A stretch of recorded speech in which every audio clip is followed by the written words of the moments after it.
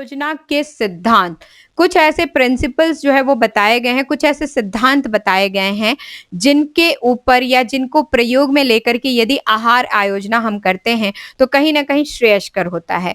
यदि इन सिद्धांतों में किसी भी सिद्धांत को हम छोड़ते हैं या किसी भी सिद्धांत पे हम ध्यान नहीं देते हैं, कोई भी पॉइंट जो है हम चूक जाते हैं, तो कहीं ना कहीं जो आहार आयोजना हमारी होती है उस आहार आयोजना में किसी न किसी तरह से हम जो हमें रिजल्ट चाहिए उस आहार का, यानी कि हमारे परिवार के सदस्यों के लिए जो हम सोच रहे हैं कि उनकी कार्यकुशलता बरकरार रहे, उनका शरीर जो है वो निरोग रहे, स्वास्थ्यकर बना रहे और अपने शारीरिक वृद्धि और विकास को वो पूर्ण रूप से कर पाए, तो ये सारे तथ्य जो है वो कहीं ना कहीं थोड़ी सी चूक के कारण आहार में किसी भी तरीके से इस पॉइंट से या किसी भी तरह के इन सब चूक के कारण जो है कहीं ना कहीं हमारे परिवार के सदस्य आगे चल के सफर कर सकते हैं। तो इस तरह की चूक ना हो, परिवार का कोई भी सदस्य किसी भी पोषक तत्व से जो आवश्यक है उसके लिए कहीं से भी वंचित न रह पाए, ऐसी हमें आहार आयोजना तैयार करनी होती है जिसके लिए कुछ सिद्धांत बताए गए हैं। ठीक है, जिसके लिए कुछ सिद्धांत बताए गए हैं, इन सिद्धांतों को अपना करके यदि आहार आयोजना की जाती है तो परिवार के सदस्यों के लिए हर तरह से क्या होगी, लाभप्रद होगी। तो यहाँ पे यदि हम लोग देखें,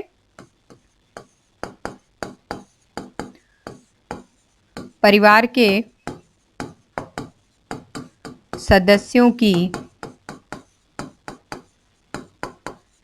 विभिन्न प्रकार की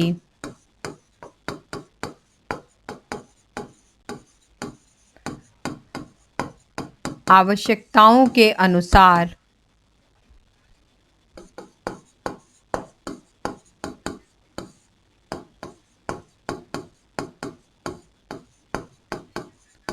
आहार आयोजना करते समय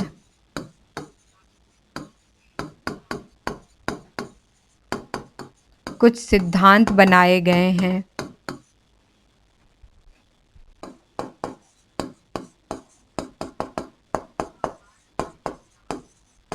जिनका प्रयोग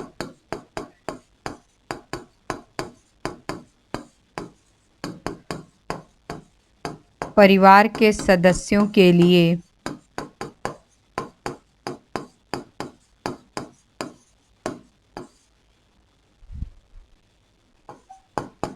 हितकर होता है।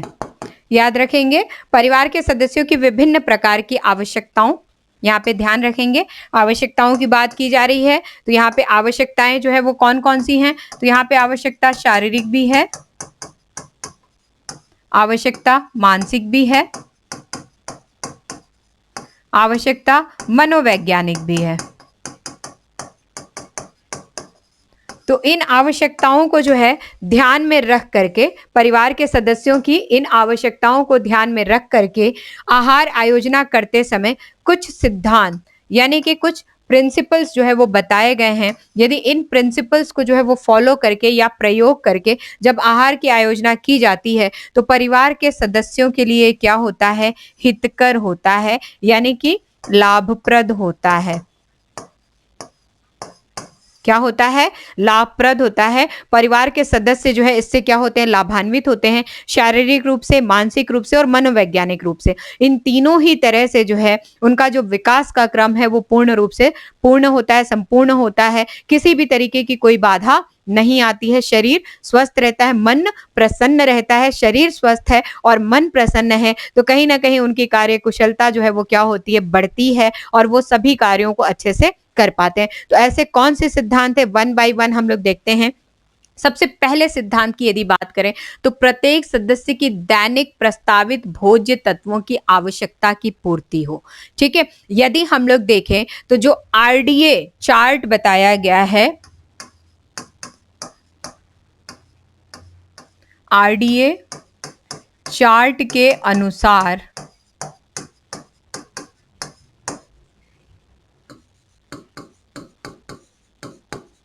प्रतिदिन आयु के अनुसार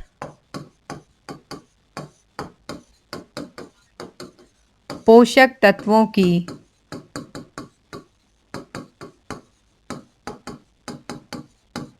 प्रस्तावित मात्रा सबसे पहले जो है वो आहार आयोजना करते समय में इसको ये सुनिश्चित करना होगा, ठीक है? Provide RDA of each family members. हमें जो है जो आरडीए चार्ट है इसको जो है वो पूर्ण रूप से फॉलो करना है, ठीक है? रिकमेंडेड डाइटरी जो अलाउंसेस है इनको फॉलो करना है कि यदि हमारे घर में 1 महीने का बच्चा है, 1 मंथ का बेबी है, तो उसके लिए किस तरीके से जो है हम लोग मील प्लानिंग करेंगे। मील प्लानिंग से तात्पर्य केवल दूध पे ही जो है वो डिपेंडेंट है, उसको केवल दूध पीना है। लेकिन हमें पता होना चाहिए कि उसकी आयु के अनुसार कितने-कितने अंतराल पे और कितनी क्वांटिटी में यानी कि कितनी मात्रा में उसको दूध देना है। तो ये जो है तभी हम सुनिश्चित कर पाएँगे जब हमें ज्ञान होगा कि आरडीए चार्ट में जो है उसके लिए क्या प्रस्तावित किया गया है या क्या मेंशन है। 60 साल की महिला है, तो महिला के अनुसार जो है क्या उसके लिए मील प्लान किया गया है, कौन-कौन से पोषक तत्व उसमें शामिल करने हैं, कौन-कौन से पोषक तत्व उसमें से हटाने हैं।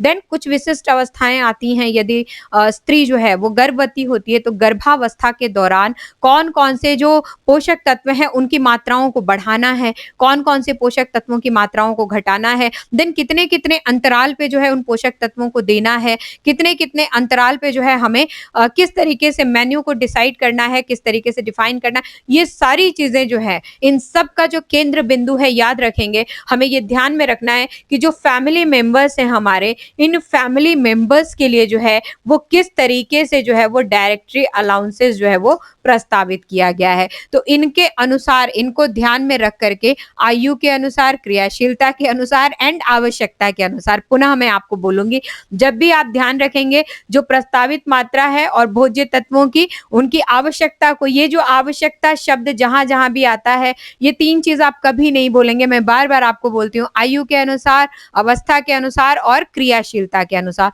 तो इन तीनों के अनुसार जो है हम क्या करेंगे, जो भी प्रस्तावित मात्राएं हैं, प्रस्तावित मात्राओं को ध्यान में रख करके हम आहार की आयोजना करेंगे। यदि हम प्रस्तावित मात्राओं को ध्यान में रख करके आहार की आयोजना करेंगे, तो कोई भी पोषक तत्व जो आयु विशेष में व्यक्ति के लिए आवश्यक है, यानी कि परिवार के सदस्य के लिए आवश्यक है, वो छूटेगा नहीं। अवस्था विशेष में जो आवश्यक है, वो भी नहीं छूटेगा। और यदि कोई विशेष क्रियाशीलताएं, यदि शारीरिक क्रियाशीलता या मानसिक क्रियाशीलता युक्त व्यक्ति हमारे परिवार का सदस्य है, तो उसमें भी जो है वो किसी तरीके की कमी नहीं देखी जाएगी। तो जो पहला सिद्धांत है वो हमारा क्या है, प्रत्येक सदस्य की दैनिक प्रस्तावित भोज्य तत्वों की आवश्यकता की क्या की जाए, पूर्ति की जाए। दूसरे सिद्धांत पे आते हैं, परिवार के बजट के अनुरूप जो है हमारा आहार आयोजन होना चाहिए। याद रखेंगे, बहुत इंपॉर्टेंट है, बहुत इंपॉर्टेंट है। परिवार का जो बजट है, जो हमारा फैमिली बजट है, उस बजट के अनुरूप जो है हमारा जो आहार आयोजन है वो क्या है, होना चाहिए। तो परिवार का बजट यहाँ पे यदि हम लोग कम की बात करते हैं, यदि कम की बात करते हैं तो कम के अनुसार होना चाहिए, यदि बजट ज़्यादा है तो ज़्यादा के अनुसार जो है वो होना चाहिए, ठीक है। यदि परिवार का बजट कम है, किसी पोषक तत्वों की यदि उनको लग रहा है कि कमी हो रही है या पोषक तत्व जो है वो आहार में शामिल नहीं कर पा रहे हैं, या उस पोषक तत्व से युक्त कोई भोज्य तत्व है जो महंगा है, वो नहीं अफोर्ड कर पा रहे हैं, तो ऐसी स्थिति में जो है जो निम्न श्रेणी के भोज्य तत्व हैं उस पोषक तत्व से युक्त, यदि उसकी क्वांटिटी को थोड़ा सा बढ़ा दिया जाए तो उसको बढ़ा करके उसे प्रयोग में हम ले सकते हैं। तो जैसा बजट है, बजट के अनुसार यदि आहार आयोजन करते हैं तो परिवार के ऊपर या परिवार के सदस्यों के ऊपर कहीं ना कहीं जो फैमिली इनकम है, फैमिली इनकम के अनुसार जो है वो एक्सपेंडिचर होगा, तो फाइनेंशियली यानी कि आर्थिक रूप से जो है जो परिवार है वो संकट में नहीं आएगा, ठीक है। बजट के अनुरूप यदि हम भोज्य तत्वों को यदि आहार आयोजना उनकी करते हैं तो कहीं ना कहीं आर्थिक रूप से जो है किसी भी तरीके से व्यक्ति या परिवार जो है वो संकट में नहीं आएगा। तो जो दूसरा सिद्धांत है याद रखेंगे, according to income of family हमारा आहार आयोजन होना चाहिए। तीसरा, अधिकतम तृप्ति मूल्य प्रदान करे, यानी कि जो भोजन है, जो आहार है, जो हमने आयोजना करी है उसके एक एक डिश से, यानी कि जो थाली जो एक तरीके से जो आयोजित की गई है, यदि सुबह का नाश्ता है तो नाश्ता, दोपहर का खाना है तो खाना, शाम को रिफ्रेशमेंट है, रात का भोजन है, कोई भी मील जो हम लोग पूरे दिन की आहार तालिका तैयार कर रहे हैं, उस आहार तालिका के अंतर्गत जो भी डिशेज़ शामिल की गई हैं, जो भी भोज्य पदार्थ शामिल किए गए हैं, उनको ग्रहण करते समय व्यक्ति को ये एहसास होना चाहिए कि व्यक्ति ने जो है बहुत अच्छा खाया, बहुत ही बढ़िया था, स्वादिष्ट था, उसका पेट भर गया और इनके साथ ही साथ जो है पोषक तत्व भी उनके शरीर में जा रहे हैं। तो यहाँ पे तृप्ति मूल्य जो है वो कहीं न कहीं उस आहार तालिका में उपस्थित जो डिशेज़ हैं, उनसे जो है व्यक्ति को प्राप्त होना चाहिए। Provide maximum satisfactory value. याद रखेंगे, क्या है ये?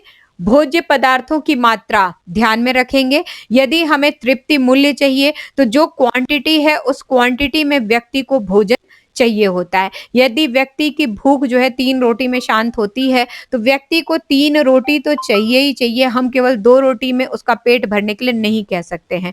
यदि सब्ज़ी बहुत लज़ीज़ बनी हुई है और रोज़ जो है व्यक्ति 1 कटोरी सब्ज़ी प्रयोग में ले रहा है, जिस दिन बहुत स्वादिष्ट बना, उसको टेस्टी लगा, यदि उसको 1 चम्मच या 1 कलछी और सब्ज़ी की आवश्यकता है, तो हम उसको रोक नहीं सकते हैं, क्योंकि वो 1 कलछी जो है वो कहीं न कहीं उसके तृप्ति मूल्य को बढ़ाएगा। तो ये याद रखेंगे, तृप्ति मूल्य को बढ़ाने के लिए भोज्य पदार्थों की मात्रा का हमें विशेष ध्यान रखना होगा। बिल्कुल जो है जितने भी परिवार के सदस्य हैं, उन सदस्यों के आहार आयोजना करने के पश्चात एकदम से बिल्कुल कैलकुलेटिव हम जो भोज्य पदार्थ है वो नहीं बना सकते। थोड़ा-सा कम-ज़्यादा जो है हमें उसको बनाना पड़ता है। यदि किसी को आवश्यकता महसूस हो थोड़ा-सा 1 चम्मच दाल 1 कलछी दाल अधिक लेने की, तो हम उसको मना नहीं कर सकते, उसको 1 कलछी दाल दे सकते हैं। तो इस तरीके से भोज्य पदार्थों की मात्रा का हमें विशेष ध्यान रखना होगा। भोज्य पदार्थों की ग्राह्यता, ग्राह्यता से तात्पर्य क्या है? एडॉप्शन, यानी कि हम जो आहार तालिका में जो भी डिशेज़ वहाँ पे मेंशन कर रहे हैं, हमारे परिवार के सदस्य उसको किस तरीके से एक्सेप्ट करते हैं। यानी कि खुशी-खुशी उसको एक्सेप्ट करते हैं, या जैसे ही स्मेल आती है तो स्मेल से जो है वो परेशान हो जाते हैं, या फिर जैसे ही देखते हैं रंग रूप से परेशान हो जाते हैं। तो ग्राह्यता से तात्पर्य क्या होता है? अपनाना, ठीक है? या इसे हम नज़रिया भी कह सकते हैं। ठीक है? भोज्य पदार्थों को परिवार के सदस्य किस तरीके से अपना रहे हैं, ये क्या कहलाता है? भोज्य पदार्थों की ग्राह्यता कहलाता है। देन भोज्य पदार्थों की स्वादिष्टता, हम जो भी आहार तालिका में जो भी डिशेज़ को मेंशन कर रहे हैं, वो कितना स्वादिष्ट है, कितने सदस्य जो है उसको स्वाद ले लेके खा रहे हैं, मन से खा रहे हैं। तो कहीं न कहीं ये जो स्वादिष्टता है, ये ग्राह्यता पे भी डिपेंड करता है, ठीक है?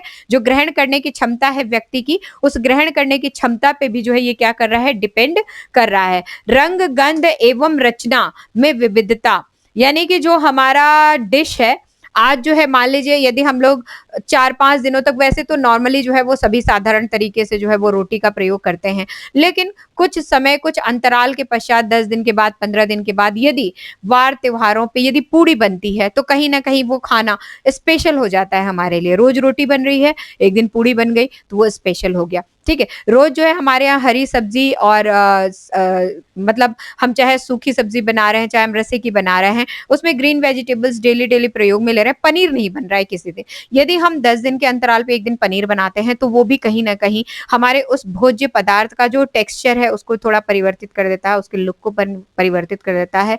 देन उसके तरीके भी अलग-अलग हो सकते हैं। क्या होते हैं? तरीके भी अलग-अलग हो सकते हैं। मान लीजिए राइस बना रहे हैं हम लोग, तो डेली हम स्टीम राइस बना रहे हैं, यानी कि भाप में सिंपली जो है वो व्हिसिल लगा दे रहे हैं, सीटी लगा दे रहे हैं और वो बन जा रहा है। किसी दिन हम जीरा राइस भी बना सकते हैं, थोड़ा-सा हल्का-सा जो है वो ऑयल डाल करके एंड जीरे को तड़का करके फिर चावल भून करके उसमें हल्का नमक डाल करके हम बना सकते हैं। किसी दिन हम उसका पुलाव बना सकते हैं, यानी कि स्टीम राइस करने के बाद जो है हम अलग से जो है कढ़ाई में थोड़ा-सा मटर और जीरे को भून करके हम उसमें राइस को डाल करके फ्राई कर सकते हैं। तो ये कहीं न कहीं उसके रंग, गंध एवं रचना में क्या कर देगा? विविधता ला देगा। ठीक है? तो रंग, गंध एवं रचना में जब ये विविधता आएगी, तो कहीं न कहीं ये विविधता भी जो है वो ग्राह्यता में, यानी जो परिवार के सदस्य हैं, परिवार के सदस्यों को जो भोजन ग्रहण करना है, उस ग्रहण करने की क्षमता में परिवर्तन लाएगा।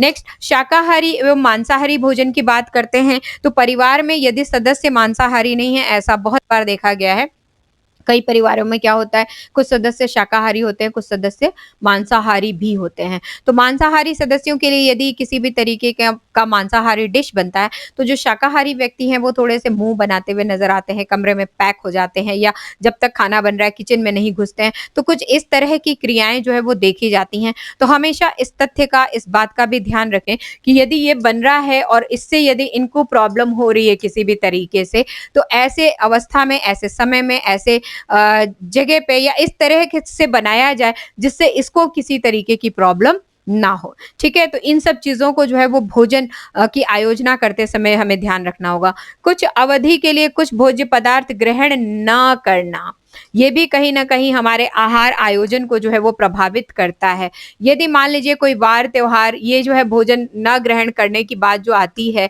ये स्पेशली जो है यदि हम लोग देखते हैं, तो ये क्या होता है, वार त्योहार, वार वार त्योहार मैंने क्यों लिखा? कुछ लोग जो है वो सोमवार को व्रत करेंगे, है ना? कुछ लोग जो है वो मंगलवार को व्रत करेंगे, कुछ लोग जो है बृहस्पतिवार को व्रत करेंगे। तो ये क्या हो गए, ये वार हो गए। कुछ लोग शुक्रवार का व्रत करेंगे, कुछ लोग रविवार का व्रत करेंगे। तो उस दिन क्या कर रहे हैं, ये भोजन नहीं ग्रहण कर रहे हैं। तो भोजन नहीं ग्रहण कर रहे हैं तो उस दिन का जो पोषण वैल्यू है, जो न्यूट्रिएंट्स वैल्यू है, वो कहीं न कहीं आगे चल के या तो पहले से हमें उन पोषक तत्वों के अनुसार जो है पहले से उतना एनर्जी जो है उस व्यक्ति के अंदर, ऐसी आहार आयोजना, तो एक दिन पहले की भी आयोजना और जिस दिन वो भोजन नहीं ग्रहण कर रहा है उस दिन के बाद की भी आयोजना पे विशेष ध्यान रखना होगा। त्योहार की बात करते हैं तो त्योहारों में भी जो है कुछ विशेष त्योहार ऐसे होते हैं जब व्यक्ति भोजन नहीं ग्रहण कर रहा है, ठीक है? जैसे मान लीजिए चौथ है ना? जैसे जो रोजे चलते हैं, रोजा है ना? नवरात्रि है। ऐसे समय पे क्या करते हैं, कुछ समय के लिए जो है लोग जो है वो भोजन को जो है वो ग्रहण नहीं करते हैं। तो ऐसी अवस्था में जब वो नहीं ग्रहण करते हैं तो उससे पहले की आहार आयोजना और उसके बाद की आहार आयोजना, ये कहीं न कहीं आहार आयोजना पे जो है हमें खासा प्रभाव देखने को मिलता है और इसका विशेष ध्यान दिया जाता है। तो भोजन का न ग्रहण करना, इसको भी जो है हमें आहार आयोजना करते समय ध्यान में रखना पड़ेगा।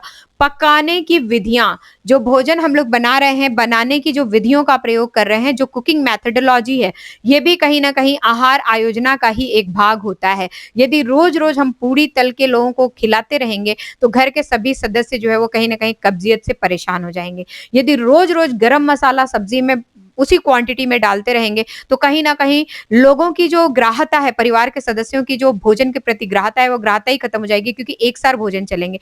तो पकाने की अलग-अलग विधियों का प्रयोग हम करेंगे, जैसा कि मैंने चावल के परिप्रेक्ष्य में आपको बोला, कुछ समय हम जो है बॉयल, यदि हम सप्ताह के 5 दिन बॉयल बना रहे हैं, तो हम छठवें दिन जो है वो वेज पुलाव बना सकते हैं। यानी कि हम कुछ सब्जियों को जो है वो भून करके और उसी चावल में डाल करके बॉयल कर देंगे, अलग बन जाएगा। चावल बॉयल किया हुआ है, उसको यदि हम कढ़ाई में फ्राई कर देते हैं, तो वो कहीं न कहीं अलग आ जाता है। तो इस तरीके से क्या करते हैं हम लोग, भोजन पकाने की विधियों में भी वैरायटी यानी कि वेरिएशन ला करके हम कहीं न कहीं जो आहार तालिका है, उस आहार तालिका से जो हमारे परिवार के सदस्य हैं, परिवार के सदस्यों की जो भोजन के प्रति ग्राह्यता है, उसको सुनिश्चित कर सकते हैं। कुछ भोजन को अभोज्य करार देना।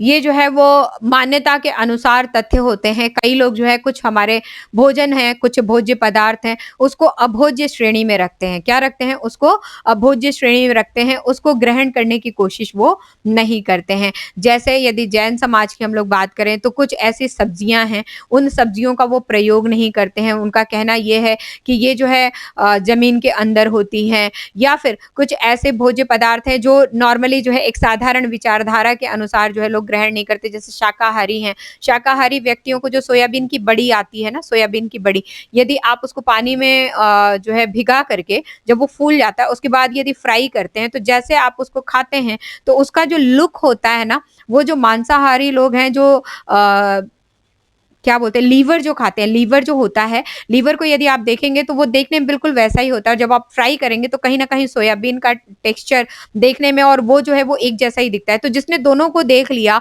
और जो व्यक्ति शाकाहारी है, कहीं न कहीं उसके मन में एक थोड़ा-सा, बोलते हैं ना, लैंग्वेज नहीं यूज़ करना चाहिए, लेकिन वो घिन्न आ जाता है, तो वो जब भी देखता है सोयाबीन को उसको बिल्कुल वो चीज़ याद रहती है, वो खा ही नहीं पाता है उसको। तो ये कुछ मान्यताएँ हैं, कुछ लोग जैसे शलजम होता है या जैसे चुकंदर है, चुकंदर को काटते हैं तो बिल्कुल रेड-रेड जो है उसका निकलता है, तो कई लोग जो है उसको देख कर के बिल्कुल उनको ये फ़ील होता है कि ये बिल्कुल खून-खून की तरह लग रहा है, मैं नहीं खाऊँगा। जबकि वो कितना हेल्दी होता है, आयरन का कितना बड़ा स्रोत है और जो लोग चुकंदर जो है वो सर्दियों में खा लेते हैं, पूरी सर्दी भर यदि एक चुकंदर डेली आप खाते हैं तो कहीं न कहीं आयरन की कमी जो है वो बहुत अच्छे से पूरी हो जाती है।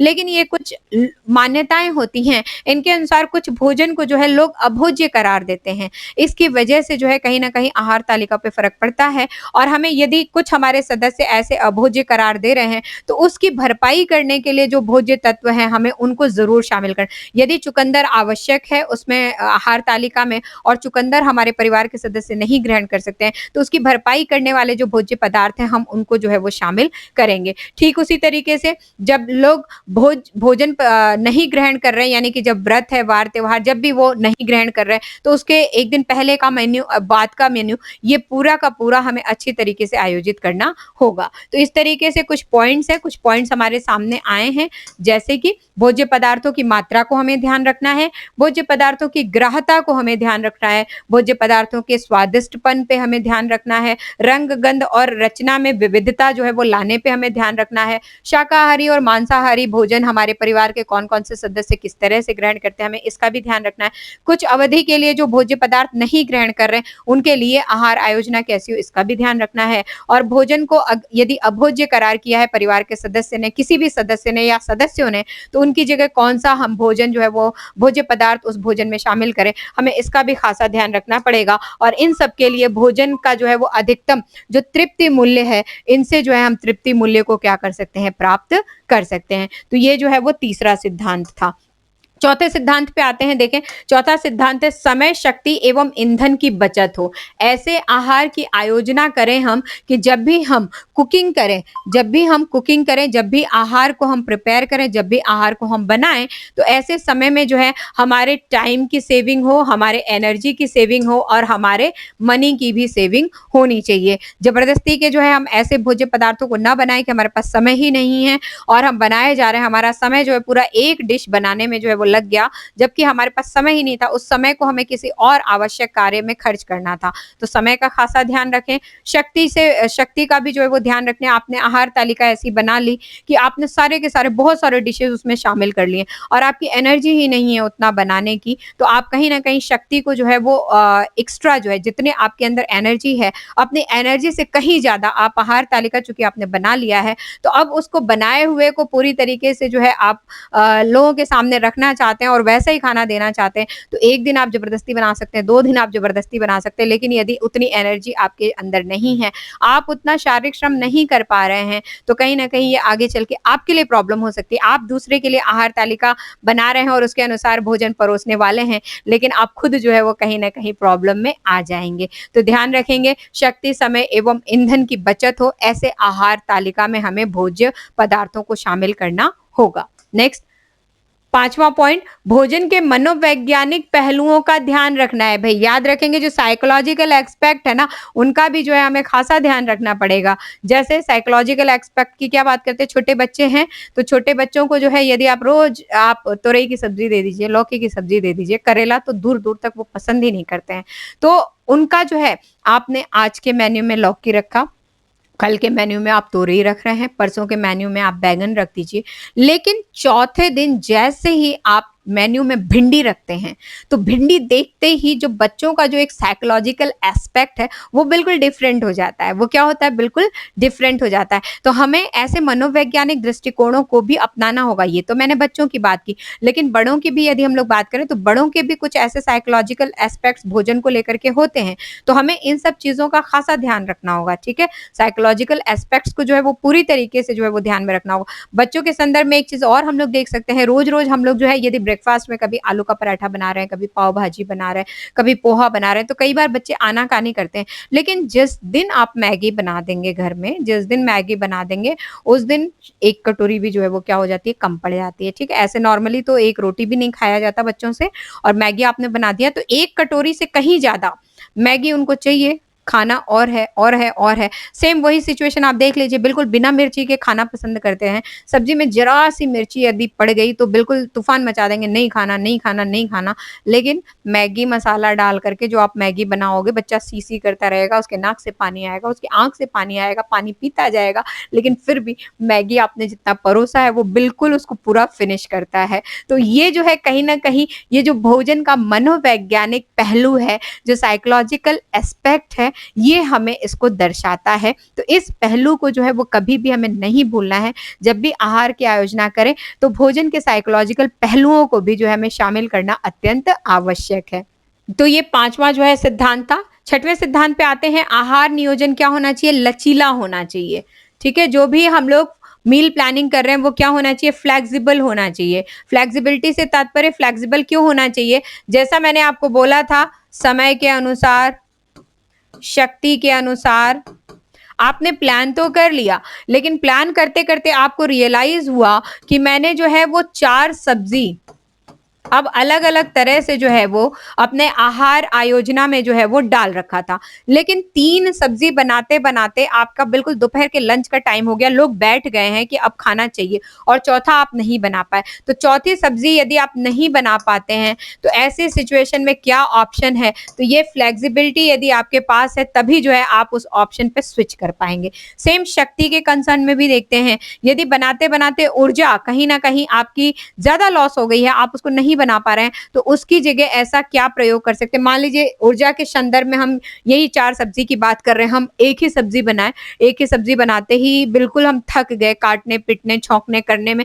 हम बिल्कुल थक गए। अब दूसरी सब्ज़ी हमें नहीं बनानी है, तो हम क्या कर सकते हैं? तो हम ऑप्शंस को देखेंगे, फ्लेक्सिबिलिटी क्राइटेरिया को देखेंगे, दही रखा हुआ है, तो दही का हम वेजिटेबल जो है वो रायता बना सकते हैं, खीरा है, ककड़ी है, टमाटर है, प्याज़ है, एक साथ कट करके हम बना सकते हैं। स्वीट डिश की बात करें, यदि हमने आहार आयोजना में उस दिन में खीर रखा हुआ है और यदि हमारा समय, हमारी ऊर्जा जो है बिल्कुल जवाब देगी और खीर अब नहीं बनाएँगे, तो हम जो है कुछ भी मीठा बना सकते हैं। तो मीठे में जो है ज़रूरी नहीं है कि खीर बनाएँ, खीर के अलावा जो है कुछ और मीठा, यदि आपके पास क्रीम रखा हुआ है, फ्रूट रखा हुआ है, तो आप फ्रूट को काट करके क्रीम उसमें डाल सकते हैं और हल्का-सा जो है वो चीनी मिला कर के फ्रूट क्रीम पेश कर सकते हैं। तो इस तरह से डिपेंड करता है, ये जो आहार की आयोजना हम लोग कर रहे हैं, इसमें कुछ न कुछ ऐसे तथ्य जो है हमें शामिल करने होने चाहिए जो फ्लेक्सिबल होने चाहिए।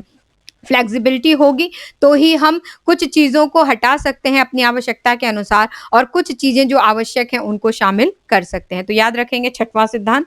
7वें सिद्धांत की बात करें तो दैनिक आहार नियोजन में हल्के तथा भारी, याद रखेंगे, हल्के तथा भारी दोनों ही तरह के व्यंजनों को क्या करना चाहिए? शामिल करना चाहिए। यदि दोपहर का खाना हमने बनाया है, दोपहर के खाने में हमारे जो है वो मसाले की रसे की सब्ज़ी सूखी भी थी, सॉरी, मसाले वाली सब्ज़ी जो है वो सूखी जो बनाई थी वो भी मसाले युक्त थी, रसे की सब्ज़ी जो बनाई थी वो भी काफ़ी मसाले वाली थी, उसके बाद हमने छोले भी बनाए थे वो भी स्पाइसी था, देन उसके साथ हमने भटूरा भी बनाया था छोले के साथ और सब्ज़ी के साथ पूड़ी भी बनाई थी। तो इसे हम क्या कहते हैं? ये भारी प्रकार का व्यंजन हमने दोपहर में बनाया, दोपहर के खाने में बनाया। तो रात का जो खाना होना चाहिए वो क्या होना चाहिए? हल्का होना चाहिए। हम सामान्य तरीके से चावल, दाल, हल्की चपाती, बिल्कुल जो है जो बिना तेल की हो, घी की हो, ऐसी चपाती और सामान्य सी सब्जी बिना मसाले की बना सकते हैं, खिचड़ी बना सकते हैं, दलिया बना सकते हैं, बिल्कुल लाइट खाना बनाएँ। तो आहार आयोजना जब भी करेंगे हमारे दैनिक, देखें आप, दैनिक से तात्पर्य क्या है यहाँ पे?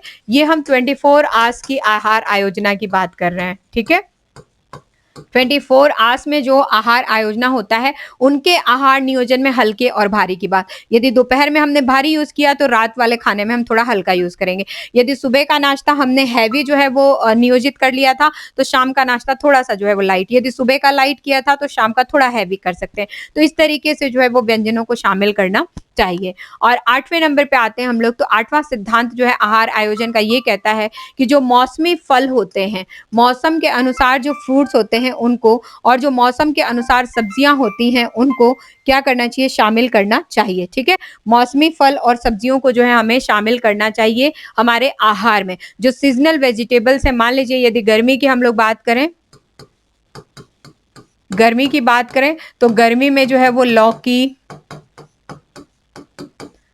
तोरई, भिंडी, देन और क्या है, करेला, ये सारी सब्जियां जो है ये सीजनल वेजिटेबल है। ऑल्दो आजकल सभी सब्जियां जो है वो 12 महीने सब जगह मिलने लगी हैं, लेकिन फिर भी जो है ये सीजनल वेजिटेबल्स जो है वो गर्मी के लिए हो गई। और सर्दी की यदि हम लोग बात करें तो सर्दी में जो है वो गोभी, फूल गोभी, पत्ता गोभी, बंद गोभी, सारे प्रकार की गोभियां हम लोग यहाँ पे देखें। पालक देखें आप यहाँ पे, मेथी, बथुआ, ये सब क्या है, ये सब जो है वो सर्दियों में जो है ये सब्जियां मिलती हैं। यदि हम लोग यहाँ पे गर्मी की बात करें तो चौलाई जो है ये गर्मी में मिलती है। तो इस तरीके से जो है गर्मी में और सर्दी में सीजनल जो वेजिटेबल्स हैं, जो भी हम आहार आयोजना कर रहे हैं उस आहार आयोजना के अनुसार जो है ये सीजनल वेजिटेबल जो हमें शामिल करने होंगे। ठीक इसी तरीके से फलों की भी बात की जा रही है, सीजनल जो फल हैं वो भी आहार में हमें शामिल करने चाहिए। तो यदि गर्मी की बात करते हैं, फलों की यदि हम लोग बात करें तो गर्मी में जैसे कि आम आ जाता है, आम का प्रयोग हम कर सकते हैं सीजनल वेजिटेबल में।